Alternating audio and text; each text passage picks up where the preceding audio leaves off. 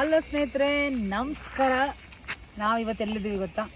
ಹಾಸನಿಂದ ಸುಮಾರು 46 ಕಿಲೋಮೀಟ್ರು, ಕೋಣಾಪುರ ಬೆಟ್ಟ, ರಂಗನಾಥ ಸ್ವಾಮಿ ಟೆಂಪಲ್ಲು. ಒಂದು ಕರ್ನಾಟಕದ ಬ್ಯೂಟಿಫುಲ್ ಐಲ್ಯಾಂಡ್ ಅಂತ ಹೇಳ್ಬೋದು. ಇದು ಸುಮಾರು ಬೆಂಗಳೂರಿಂದ 220 ಕಿಲೋಮೀಟ್ರ್ ಇದೆ. ನಾವು ಬೆಳಗ್ಗೆ ಸ್ವಲ್ಪ ತಡವಾಗಿಬಿಟ್ವಿ. ಈಗ ಈಗ 3:30 ಗಂಟೆಗಳ ಕಾಲ ಆಗಿದೆ.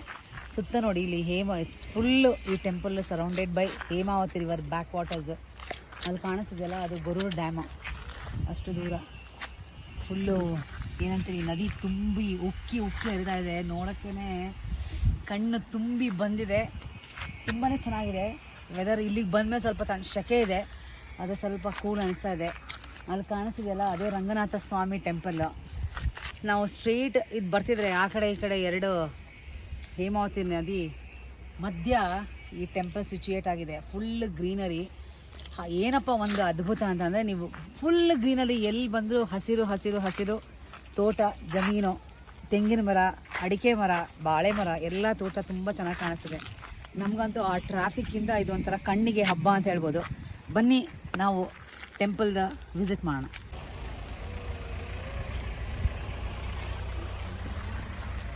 ಒಂದು 100 ಮೆಟ್ಲಿದೆ. ಮೆಟ್ಲು ಹತ್ಕೊಂಡು ನಾವು ದೇವಸ್ಥಾನಕ್ಕೆ ಹೋಗಬೇಕು. ಬನ್ನಿ ಹೋಗೋಣ. ಸ್ವಲ್ಪ ಇನ್ನೂ ಬಟ್ ನೀಟಾಗಿ ಮೇಂಟೈನ್ ಮಾಡಿದ್ದಾರೆ ಇಲ್ಲಿ.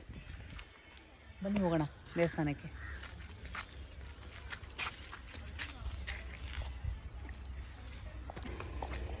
ಇಲ್ಲಿ ಅಂದರೂ ಚೆನ್ನಾಗಿದೆ, ಸುತ್ತ ಗ್ರೀನರಿ.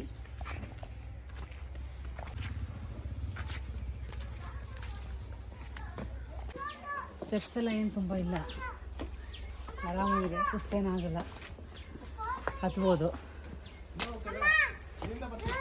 ಸ್ಲಿಪ್ಪರ್ ಬಿಡು.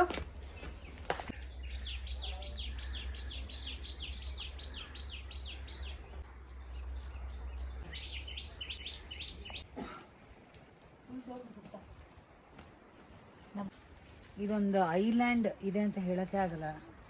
ಇದ್ರ ಮಧ್ಯೆ ಹೇಮಾವತಿ ರಿವರ್ ಮಧ್ಯೆ ಇದೊಂದು ದೇವಸ್ಥಾನ ಸಿಚುಯೇಟ್ ಆಗಿದೆ.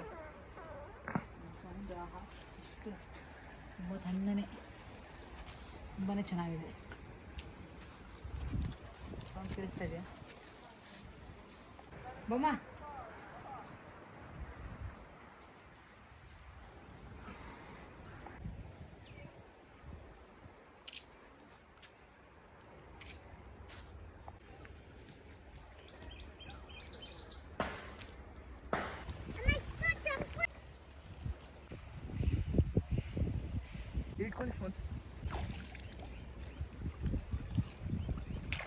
ಕೊನೆಯದಾಗಿ ಹೇಳಬೇಕಪ್ಪ ಅಂದರೆ, ಇದೊಂದು ಬ್ಯೂಟಿಫುಲ್ ಜಾಗ, ಒಂದು ಪಿಕ್ನಿಕ್ ಸ್ಪಾಟು.